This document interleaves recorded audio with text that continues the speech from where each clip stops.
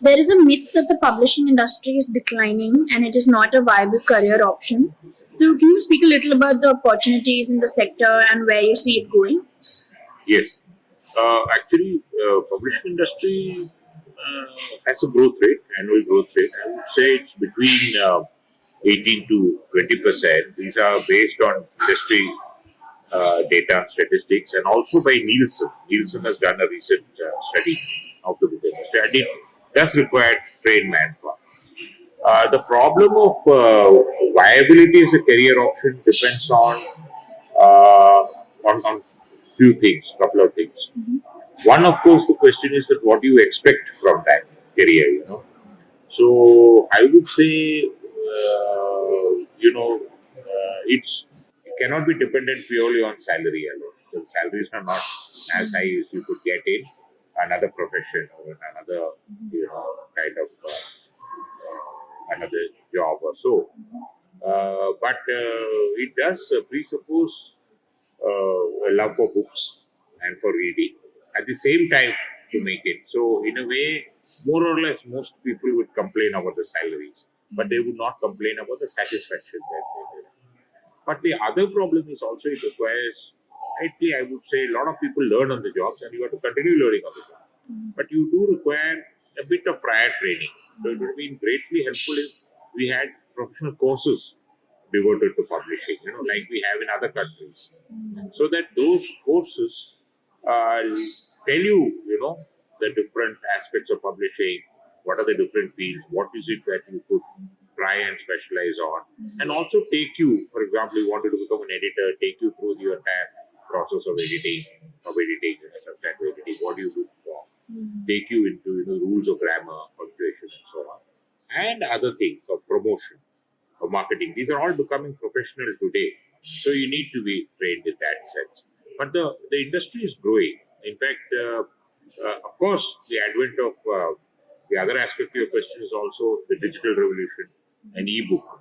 That is, this actually it is affecting print runs. I mean, in a way, but print and the e-books, the print version and the e-book seem to coexist side by side, because you got to treat books as consumer products. That people will pick up what they feel is their choice according to their convenience. So whether I would like to read an e-book on an iPad or on a tablet or on my PC or even on my phone is my personal choice. Or I would like to read in print, So, but reading is what is important. Reading must continue. Thank you, sir. So the next question is, what is your approach towards first-time authors, and how do you find new authors, and in the case of Ratna, new translators? Yeah. Now, in many cases, I mean, firstly, in the case of new authors, is that there has to be new authors constantly being searched out, being looked for and published. I mean, that is there.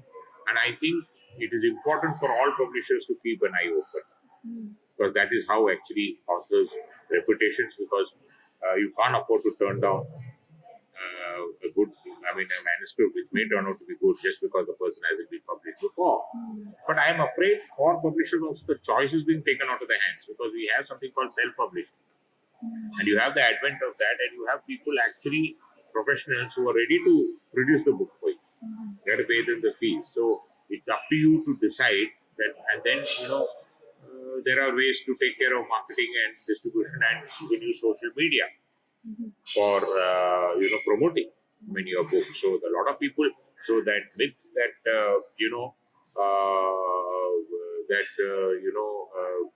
people have been writing in vain, repeated reminder publishers but don't get a reply. I think you've got to be, provided you have something worthwhile. At the end of the day, I think the readers will decide whether the book is really worth going. Otherwise, there are many books that fall by the wayside.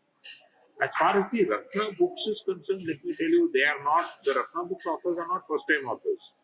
The Ratna Books authors are already original authors in the Indian language. They are already established authors, whether it is Gangadhar Gadgil or Vijay Rajadaksha or Sethu Madhavan or Mukundan or any of them. But sometimes translators may be. first time authors. Could be. They may not have, but generally, most people are people who have translated one or two words. So, in a way, it's the translation, I mean, that you have done that has to sit well and so on. So, eventually, you see, a poor translation will be easily found out. Because a lot of people would have read the original and they will say. And there are also perils of translation because there are certain idiomatic expressions in an original language that you cannot quite bring it out in English. You know, it never convey. But I think that, it is, I have reference to what Kirti Ramchandra said yesterday at Kalagoda at the launch of her own translation of Vijay Rajadhaksha's The Song of Life. She said that we need to have many more translations because we need to discover authors writing in Indian languages. It is what is the publicity that is given is to the Indian writers in English.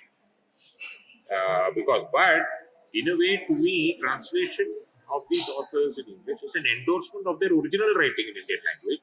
The problem is only that not everyone will know that language to be able to read it in the original. So enabling to read it in English is you're reading. It's only that you're reading in English. Actually, you're reading the original in a way. Story. So that's, I think, important. So also coming back to first time authors, so what does the hiring and commissioning process look like for them? Yeah, actually, the first time authors are hopeful, authors and so on. And generally now we have had the introduction, which is has happened in the publishing world in the West, and now has been in India. We call literary agents. So very often, sometimes first time authors go to literary agents who give you an opinion on your manuscript and say that whether it is worth pursuing and what are the changes that are required. They are the people who are your intermediary between the author and the publisher, and they're able to say what. And many people have got published as a result. Now, as far as commissioning or as far as that kind, you could even, this book that I have written is also, it's my first book. Though people may wonder at it, I've written extensively. I've written columns in, I think, 5 or 6 papers at different points of time, and they included the Hindu, the Economic Times, the Financial Express, the Indian Express, and now the Asian Age. And I've written otherwise also chapters in books. But a full-length book I have done. Now, I was also commissioned. And I was commissioned in the sense because of some of these anecdotes and stories that I relate was, interested the publisher and was picked up. It's like I go back to the Cobbett story where he related his jungle stories to, an interested table of admirers at a government reception, and another lady overheard. She was not a publisher, she was a government official. She said that you need to publish them because what is the act of publishing? The act of publishing is putting it out in the public domain for more people to access and read. So why not share the enjoyment of a few people with a larger group? That's Thank you, sir. So what does it mean, since you're a consultant at Ratna Books, right? Yeah. So for our readers and for our audience, what does it mean to be a consultant at a publishing house? Yeah.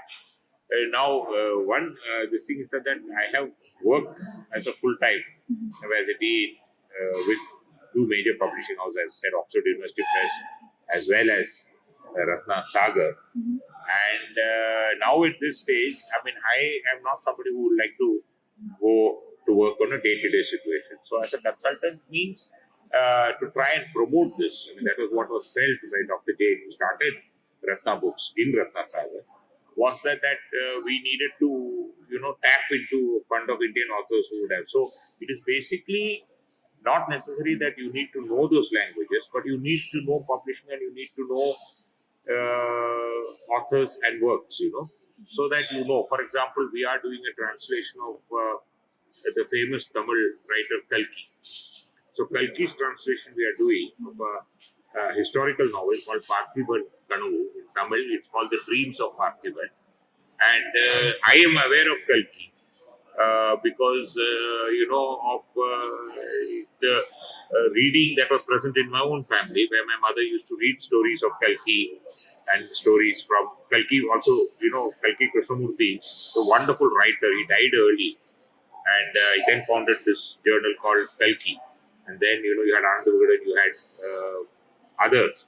And Kalki, there is a story where I must tell you his appeal, because I know this from family. My mother used to get copies of Kalki back issues bound in Calcutta in those days and send it to my grandmother, who was in Kerala, in Thrissur, to read.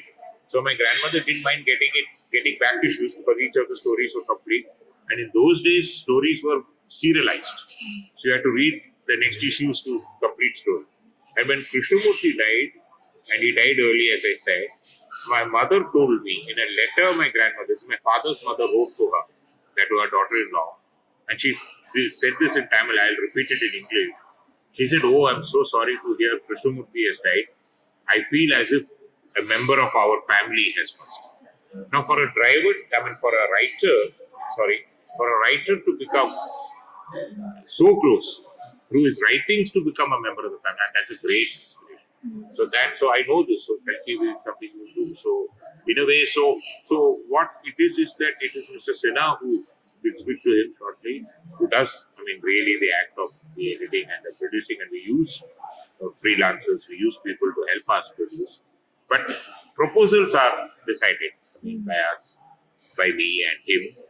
Jointly we discuss and so on. For example, most recently, we are going to do, let Mr. Sinha come, he will tell you, we are doing a biography or really an autobiography, a story of Madhulumai, the famous, politician. He met his son yesterday at Kalagoda. So we are trying to do that. So we are discussing other proposals as well. So that's what a consultant. Yeah. And then I occasionally still do workshops or programs for Ratna Sir with schools or reading or other kind of programs where they call me as and when. Thank you, sir. So, sir, coming to your book, congratulations. Thank you. How did you decide to put together the book? Yes. And how long has it been in the making? Can you tell us a little bit about what the readers can expect and why you think they should read it? Yeah.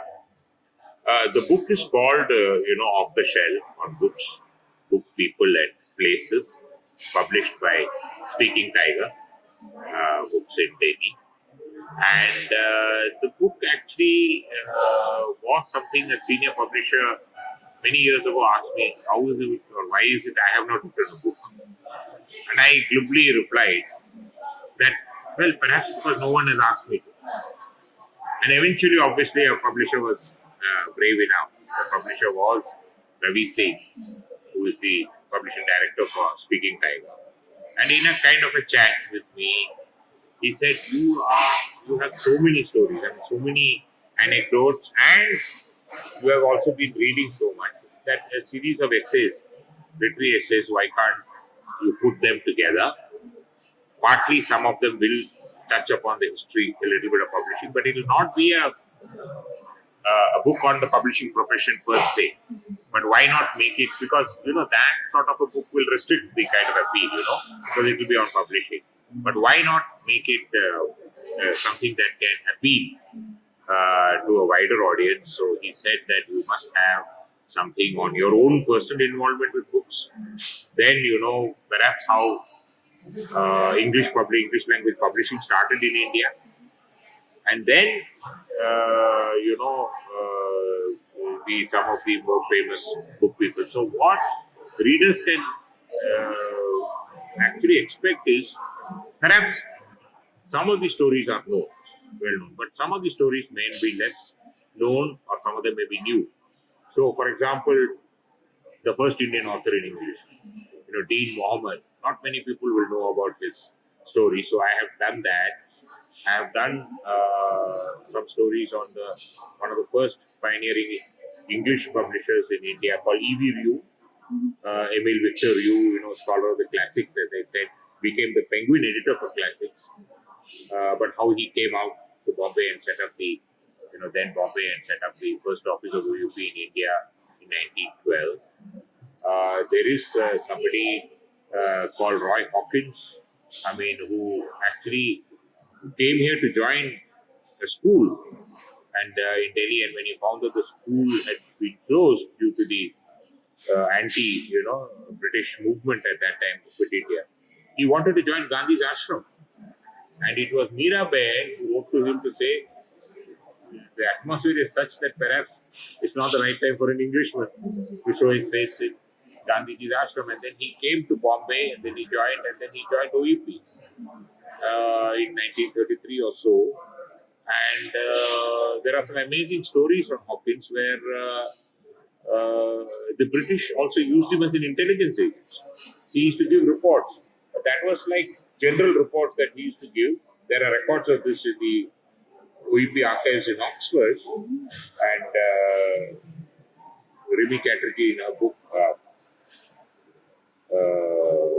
on the history of OEP up to 1947 has actually referred to that. But eventually, he joined Oxford University Press, as I said, in 1937 or so, and 1940 he became general manager of the press, and he retired in 1970. So 30 years was on it. And he forged personal friendships with people like Salim Ali, Jim Corbett, and very relevant. And he published their books, and he was also a part of the cultural history, the social cultural history of Mumbai. So that was the time, the 40s, that Mumbai was an intellectual ferment. You had bold experiments in art, in writing, in theatre, and then Hawk was a part of all that milieu. His house on Kamadia Road was a salon. So that was there. And so that is one aspect of it. Then there's another very interesting publisher called Ravi Dayal. He was a very, very interesting, I called him the patrician of publishers. Ravi Dayal was Khushwant Singh's son-in-law. And he was put in the publishing. He's the one who recruited me into publishing. I got into OEP because of him. He was a wonderful publisher. And he was a great editor. When he passed away in 2006, Ravi Dayal. And when the Dr. Karan Singh, our ex-minister and MP, he convened a memorial meeting for Ravi Dayal in June, I think, of 2006 at the India International Center. They asked me to speak as well. And in that meeting, Dr. Karan Singh mentioned that Ravi Dayal's editing was simply awesome. And OEP had published his autobiography, Karan Singh's autobiography, because he was the son of the king, the ruler of Kashmir, Hari Singh's son. So Sadar Riyasat, and the autobiography. And in that autobiography, you see Karan Singh, you see visuals of him. He's an extremely handsome man, you see. So Karan Singh very proudly in his autobiography relates a story where he's traveling in Europe and he has occasion to meet Helen Keller, Dr. Helen Keller. And Helen Keller is, what a reputation she has, visually challenged. She's done so many things. She's an inspiring, person. And Helen Keller was also very good looking, and she realizes that Karan Singh is in the room, and she summons Karan Singh closer. And I have to take my glasses off at this stage to tell you what she did. And she beckoned him to come closer, and she took her hand and ran it over his face like this. And came to the end, and she said, hands. So Karan Singh was very, very, happy, because it's not given to men to get a beautiful woman to call you, come beckon you closer and run her hand over her face. At least I have not had that experience. So she put that, and Ravi Dayal took his red pen and struck it off. He deleted it and he said within parenthesis, presumptuous. And Karan Singh was then the Union Minister for Tourism and Civil Aviation, and he couldn't put that line back. That was Ravi Dayal. There are so many stories of Ravi Dayal. There is another very interesting person called Ram Advani. Ram Advani was the famous bookseller of Hazratganj in Lucknow. I call him the Nawabi bookseller. When Marlon Brando acted in this movie called The Last Tango in Paris, there is a quip that in Mumbai street we may suddenly see the last Parsi in a toga.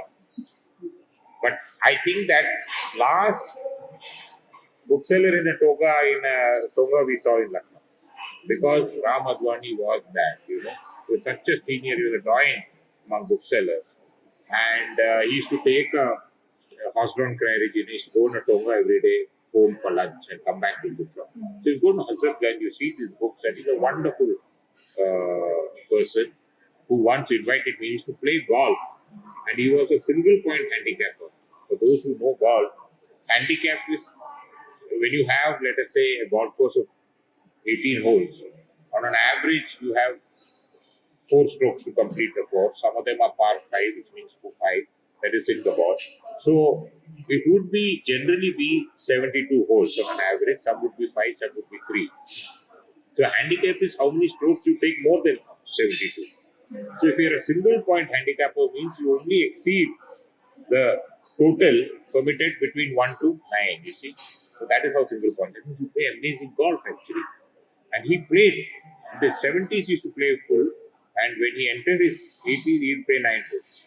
Brilliant. And when he invited me once for drink and dinner at the Lucknow Golf Club, suddenly he said, "Balan, you are amongst my oldest friends."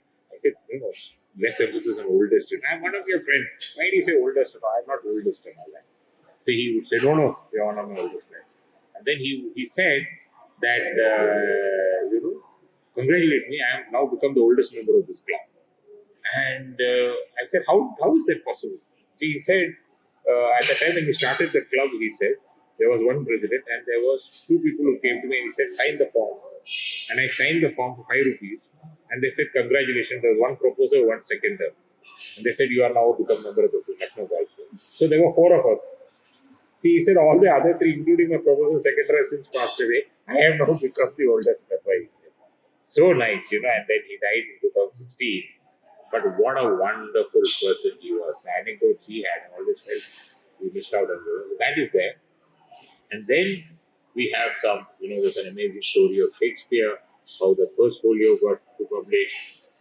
There is the OUP showroom, where books mattered, where, literally all the, what we call, the glitterati of the literary world. So, even including professors, and I've written about people like Upendra Bakshi, Professor Romila Thapar, Ashish Nandi, all coming to the showroom. Romila would always be very apprehensive. They should come with a limited budget. But whenever she saw me, I used to get more books promoted, so her budget exceeded. So I said, what is a budget for a professor emeritus? So there was Professor Chandrasekhar Rao from Hyderabad who would come for meetings at UGC and then would spend all his allowance in the OEP showroom. And we would discuss books, I've written about Chandrasekhar, I've written about Professor Upendra Bakshi. Upendra Bakshi would come to the showroom and in the intercom he would buzz me. I was then the regional director in OEP.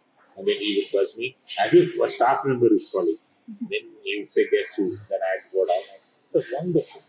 There's a very interesting anecdote, if I may, you permit me, where we released a book called The Political Economy of Law by Yash Ghai, who taught law at University of Warwick.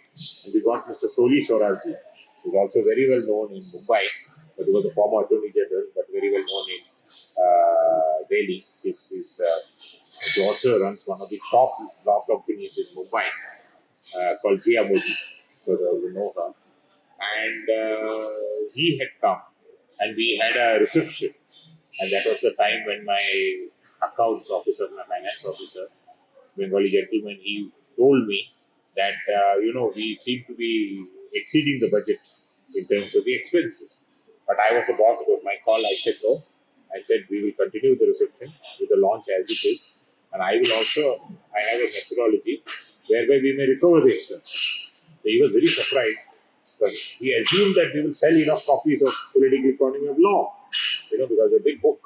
But I had no such thing. I knew Soli's passion, apart from law, his other passion was jazz. And we had an amazing collection of books on jazz from our OUP New York office, And when Soli came, of course, I made sure Soli had a glass of wine in his hand and then took him to show him the collection of jazz. And he said, some of these books he had not seen, some of them he had. He said, can I get these books? I said, of course. So he will give me a discount. I said, of course I'll give you a discount. He selected books. And the next day we packed them and sent them to his house in Supernagar. And promptly I gave him a good discount. Then he came back with a check and I had recovered the cost of that money. So this is there. And then, of course, some amazing libraries as well. I've written about the Alexandria Library. which is Library of the Senses, where I had gone to visit from Cairo. We had gone there because I had occasion to go to Bogota and to Buenos Aires as a UNESCO member of the UNESCO World Book Capital. You see, every year UNESCO chooses a city, the World Book Capital. In 2003, Delhi was World Book Capital. So we go to these cities to promote reading to the young children. So I was a delegate to Bogota and to Buenos Aires. Bogota was wonderful because we saw a library, I've written about it in my book, which was the city rubbish dump. The rubbish dump actually moved elsewhere. They were wondering what to do with the rubbish dump, and it actually people thought it should be a mall. Somebody said it would be a theatre, and actually it became a library. And that was in a poorer section of city, where younger people, got into a bit of mischief and things like that because they were idling time. And in the 4 years, no study had been done, but the director in Spanish, he told me, sir, in the 4 years that the library has been done, I saw animated discussion among children, small children being taken to be shown books that they had read, to be shown movies on the books they had read. And in the 4 years of the library, there is no petty crime in that area at all. The wonderful thing that books can do. Then I wrote about Buenos Aires, and I went to Japan in 2001, and I wrote about Uriyasu Library, outskirts Tokyo. So there is something in all this, including an amazing reading program in the school in Tirunelveli, which is otherwise more famous for halwa. But for the first time, books became, for a brief period, a little more important than halwa. So these are the kinds of things that people may like to see or expect in the book. Thank you. So, sir, how long was the book in making? Yes, good question. You had asked this earlier. I would say the book kind of got written, I would say roughly, I signed the publishing, the contract for this in January of 2018. But we had started discussing in October, November of it. And the book actually got published in November 2019. And my launch I had in December. So roughly speaking, it would be roughly about 2 years, from November 2017 forward. But it's amazing that you asked me that, because I had given the first draft by about, in 2019, by about February, March, I gave the first draft.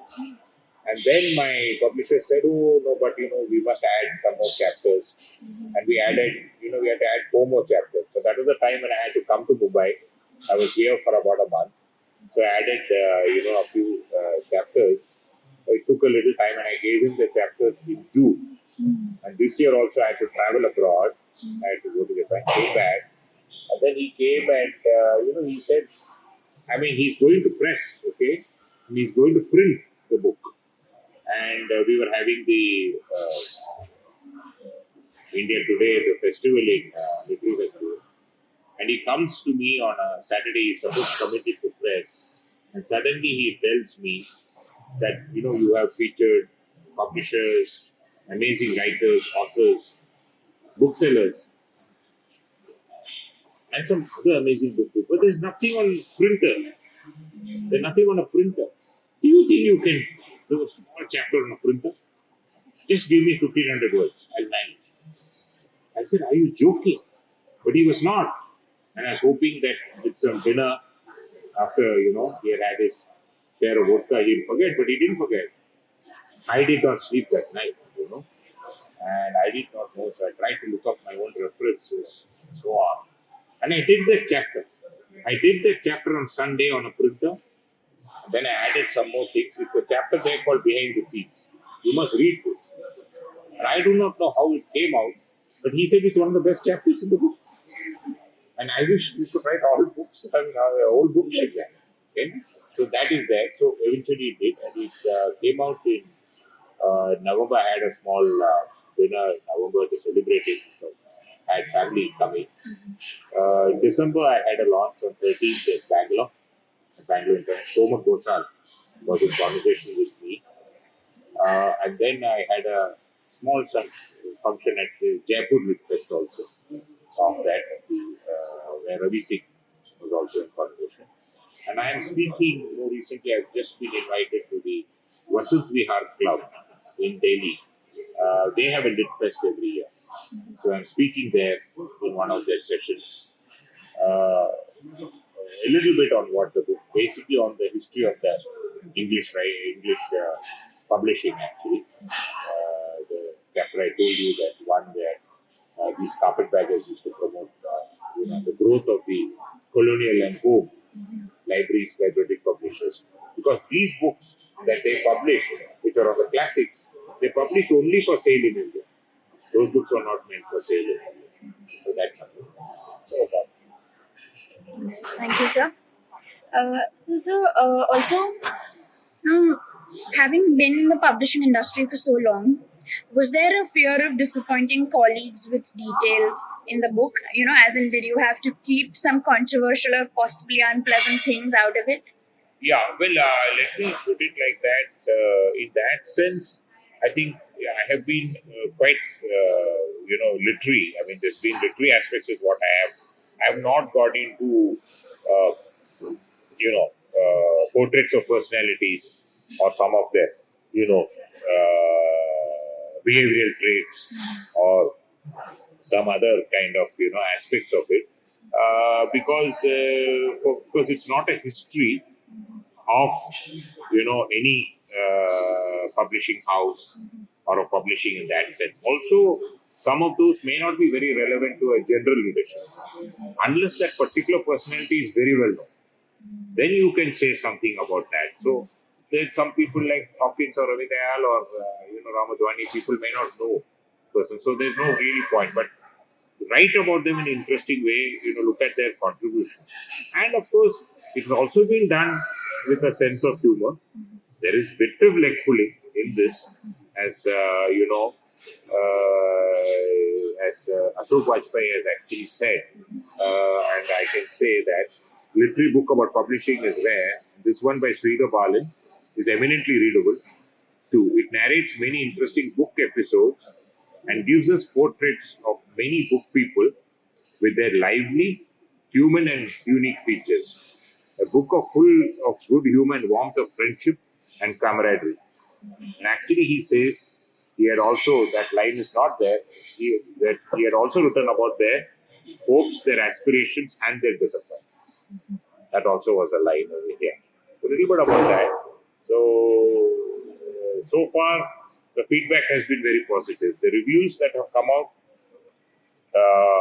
have been in the Telegraph and the Statesman.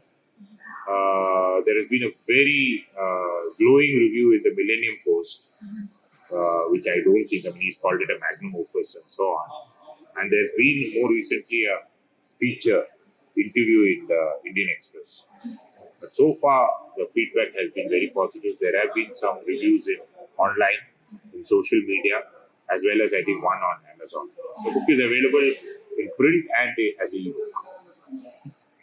Thank you, sir. So, also, since you've written about the publishing of English publishing, Indian history, is it possible to trace a similar history of regional language publishing in India?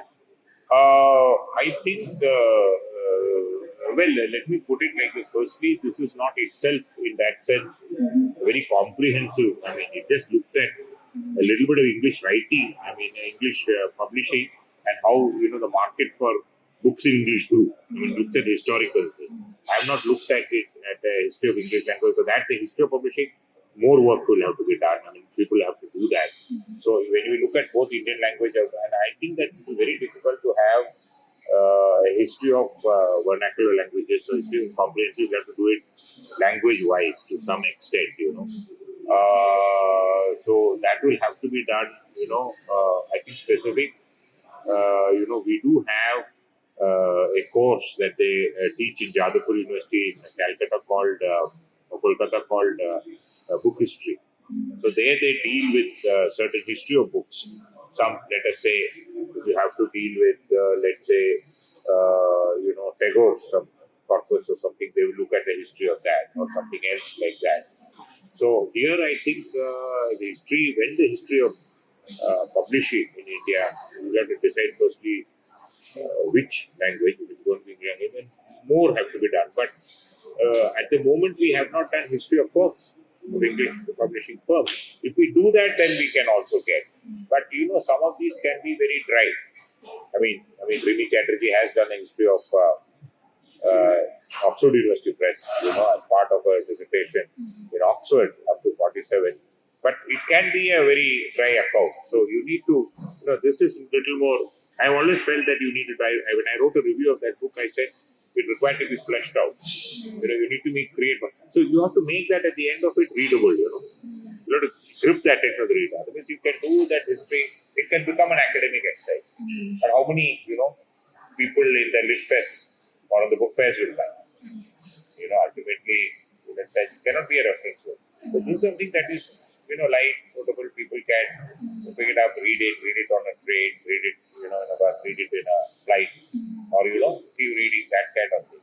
I mean, you will have to say, ultimately, you see, while you're doing it today, all of you are readers, you decide, you hold the fate of this poor book, an equally poor author in your hands, So you're holding a cell phone at the moment. But actually you hold one there. Thank you, sir. Also, last question. So, who, according to you, are the unsung heroes of Indian publishing? That's a very good question. I would say a lot of general people who work. I think immediately, if I am to ask this question, I will say in a publishing house, it's always the editorial staff. The editors work behind the scenes. They are not front of scenes. And very often, editors are unsung and unheard of, and sometimes they work in public, sometimes they can even be freelance. But they actually shape the book and sometimes even rewrite. And this is never known because the author's name that always goes. And sometimes, of course, it's acknowledged, sometimes not even so. So they would be the people. But I think there are myriad of others actually who work. There are your designers and the people who work in production. You submit the match to finally different. They give you the entire format, and they are again not very well known. They are again behind the scenes. And then I would say the mass of people that we call the sales staff, they are your foot soldiers. They go out, just like I mentioned that all night put together the algebra and they work in any kind of weather. These poor foot soldiers have to go out, and eventually, the book is treated as a product. It is priced, and eventually for the publisher, there is a investment and there has to be a return on it. So, in a way, the book eventually will have to sell. However much we appreciate, one must feel that one must be able to, enjoy it, and it must leave an impression. At least some of these stories, there. So, to a very large extent, we give them the material. There is something called advanced information where we write. We have reviews, and these are the people. But the point is that the fate of the book also depends on the distributors.